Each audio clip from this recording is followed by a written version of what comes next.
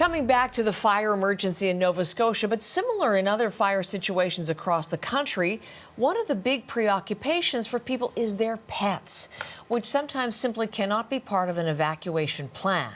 Many families don't have room to take their pets to safety. Some relief centers don't welcome animals, but there are other people who are ready and willing to step in and help keep animals safe and sound.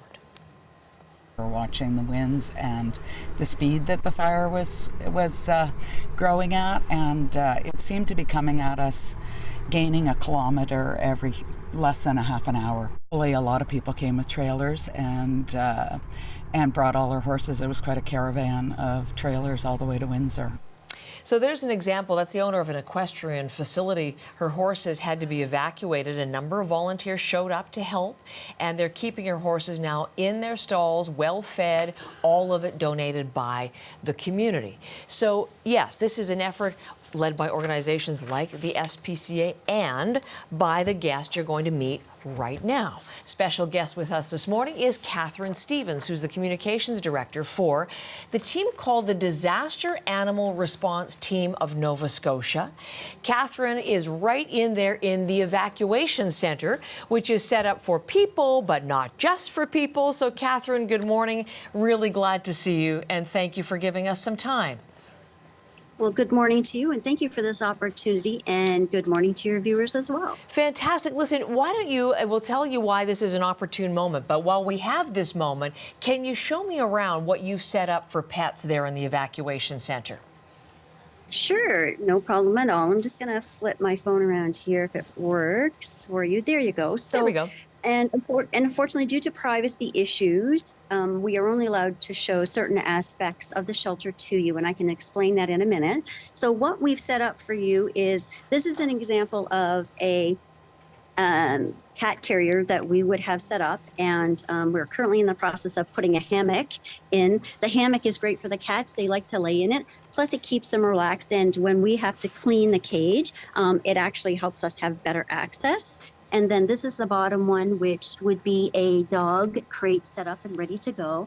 And of course, the blanket is just to provide some comfort in case the animals are, when they're like people, when we get stressed out, they could potentially be stressed out as well. So we like to ensure that we provide them with every comfort that they require. So just explain that, because we're showing this and able to have this sort of look around because the pets are out for a walk, which gives us the time to look at this when they're not there. What are the privacy concerns with something like this, Catherine?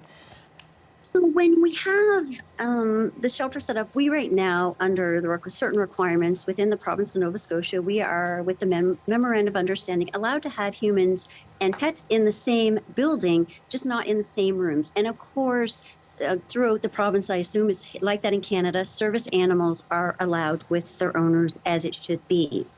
So the other thing that can happen is we potentially could have a victim of domestic violence in our shelter here, staying in the human side.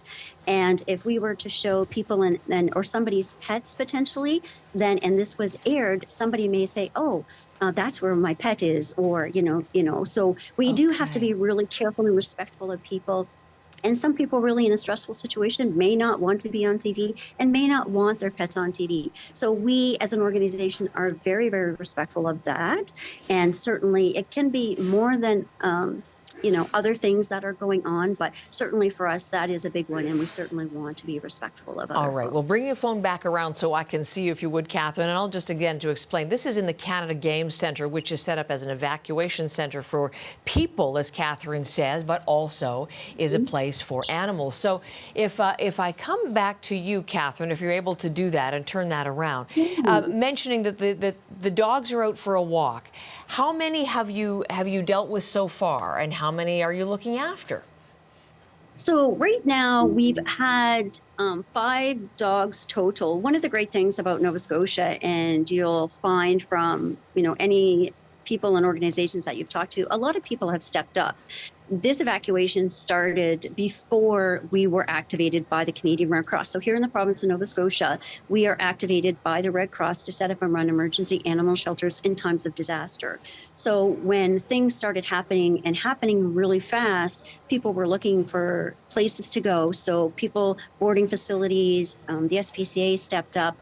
This is kind of the first time, I think, for something like this. But so there was a lot of people that stepped up. So some people have already found homes. Some people are staying in hotels. Not everybody wants to be maybe in a shelter. You know, it can be noisy at times. So that's a personal preference. So but we're here. We have some more animals expected in this afternoon. So, you know, we're here for as long as everybody needs us. And one of the great things about us, I'd like to mention, if I could, we do also have a wonderful veterinary service that is part of our group, Complete Care Hospital for Pets in Lake Echo. So we provide basic free medical care to these pets while they're in our shelter, and they get triaged as well to ensure they're in good health, because again, a stressful situation can affect our animals as well, and they can't tell us if they're hurting. So we certainly want to ensure that they're getting the best of everything while they're in our care. Is it just dogs? Well, you showed us the cat cage as well. I mean, is it all range of pets, Catherine, that you're looking after? Oh, yes. We do birds, reptiles, pocket pets, so hamsters, guinea pigs. We include ferrets in those as well. My goodness. And we do not shelter anything that falls under the mandate of the Nova Scotia Department of Agriculture. So that would be the horses, that would be pigs, and items of or animals of those nature. Large animals. So is it Large for people animals, who are basically, moving yeah. into the evacuation center and staying there, or is this a facility where people can, you know, drop off their animals and then go elsewhere?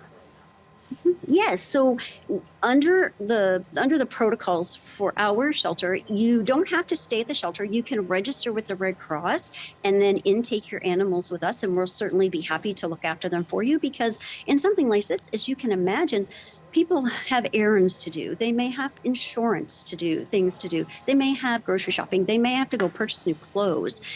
There's a realm of things we have been hearing from the people that are here in this building with us. So knowing that your pet is safe and secure with us, having the best of care, getting walks, having playtime, gives the owner so much peace of mind. And I think at a time like this, when everybody is really overwhelmed, I think that's something that's really an important service that we can provide to the public. I have to let you go because we have some important weather information to share, but I just want to show the comfort kits. People can come in and pick up things that they need for their pets at home, right?